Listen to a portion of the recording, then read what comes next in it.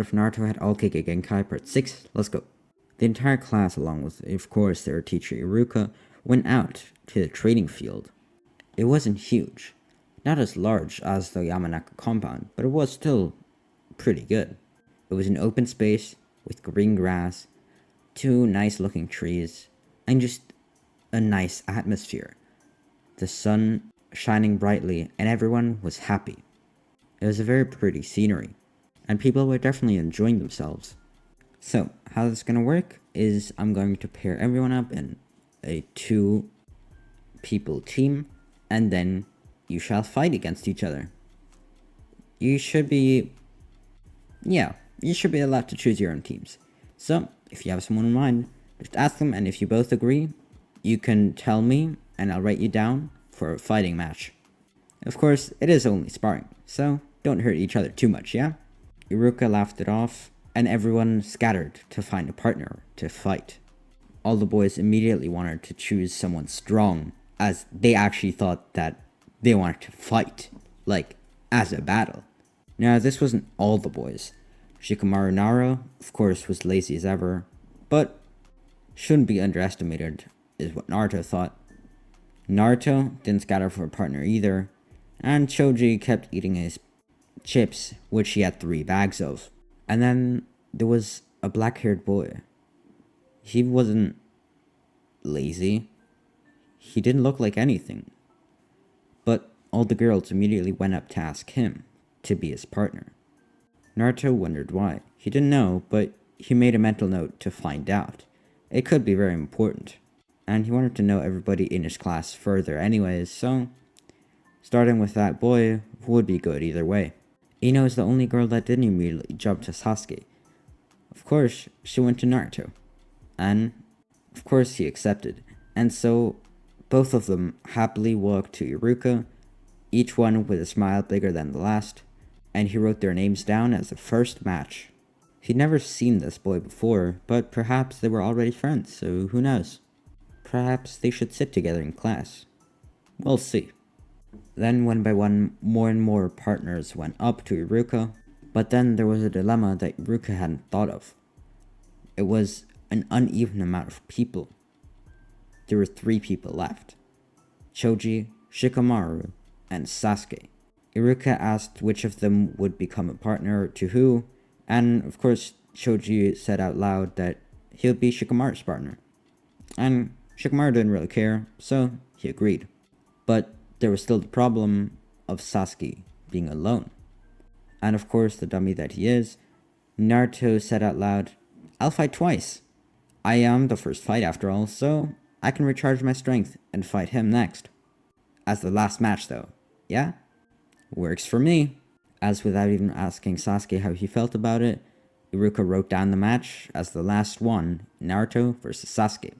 But for now, the interesting part was Naruto versus Ino. The first match for this year's academy class. Everyone was excited to see what this boy that they've never seen before could do against the heirs to the Yamanaka clan. And really, what Ino could do. Ino had been preparing, after all, and some people knew that. But Ino was still scared. She'd seen what Naruto did only a few weeks ago. So, did she really have a chance against that kind of brute force? Well, we'll see. Ino got ready and immediately took out a kunai from her pouch. So if Naruto got close, she would throw it without hesitation. She was a shinobi after all, and she had a fierce look on her eyes. Naruto knew that she was not messing around. This was a fight after all. Alright then. Let's do this! Naruto yelled and ran at Ino, though in a zigzag so that he couldn't be hit by any shuriken or kunai. He was so fast he did a full 360 around Ino, her head not even being able to follow him, and then kicked her from the side, which did make her fall to the ground. Naruto didn't put all of his force into it, but Ino did feel it. A lot.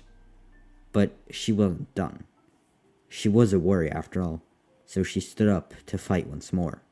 The battle was not over. She stood her ground as Naruto was very impressed. And then, to everyone's surprise, she started running across the battlefield as well. Also in a zigzag, just like Naruto did. Of course, a little slower, but still, she wasn't easy to hit now, just like Naruto wasn't. And then Naruto copied her. Well, she copied him. So really, who's the copier? Well, whatever. He did the zigzag run too. And so, it wasn't even a real battle. They were running, but they were fast. And it looked like they were both speeding up more and more. The teacher was very interested. Iruka had never seen this kind of fighting, if you could even call it that.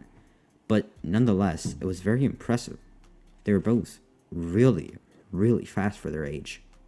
Especially Naruto, who seemed to be outrunning Ino by about 10%. But still, they were both very, very fast. And then they ran towards each other in a straight line, and then kicked each other. Their legs crossed midair, but Naruto won. Ino was strong, yes, especially for her age, but against Naruto and his cruel training, she had no chance. However, Naruto bowed at the end of the fight. Ino had definitely earned his respect, and then he offered her his hand to get up as she had been pushed down by the force of Naruto's kick, and then they both went to the side where the teacher was, with both Ino and Naruto smiling, and then the following fights continued. No one could top that fight. It was impressive beyond belief, and no matter what anyone tried, that wasn't to be topped on that day. But Naruto would still have one more fight in front of him. This was against the prodigy, Sasuke. And when he asked who Sasuke is, Iruka says that he is the last remaining Uchiha. Uchiha? Wait a minute. Wasn't that... Oh, I see. Naruto remembered that the Uchiha was Itachi's clan, and he slayed all of them, except for his brother. And since this one is the last known Uchiha, putting two and two together, this has to be Itachi's brother. Naruto was gonna give him a fair fight, as he saw Sasuke already as his own brother as well. He saw Itachi as his brother, so logically, Itachi's brother was his brother. And he was gonna make this fight, even if it was a spar, count. They both went to the battlefield.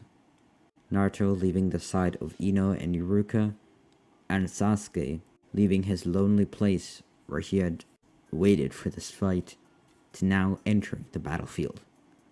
They both bowed, did the sign of the shinobi for a fight to begin, and so it began. With Iruka, the proctor's gesture, they both rushed at each other. Sasuke with the kunai in his hands, Naruto bare-armed.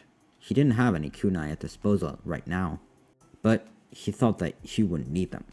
Ino was scared that Naruto might get hurt, as he doesn't have anything to defend with against the kunai. But then again, with his speed, Naruto should be fine. But Iruka could not even blink. This fight would be very, very interesting. And it was. Just as Ino predicted, Naruto used his speed to completely outspeed Sasuke, and he dodged every single attack that Sasuke threw at him. And throw he did. He threw many kunai and shuriken, which he was even able to curve midair, as that's one of the skills that Itachi was taught by Shisui, and then later taught Sasuke. Sasuke was truly unbeatable in kunai throwing, especially shuriken, but Naruto was far higher in skill in his taijutsu, so he used that as his advantage. Every time Naruto tried to punch or kick, Sasuke jumped back.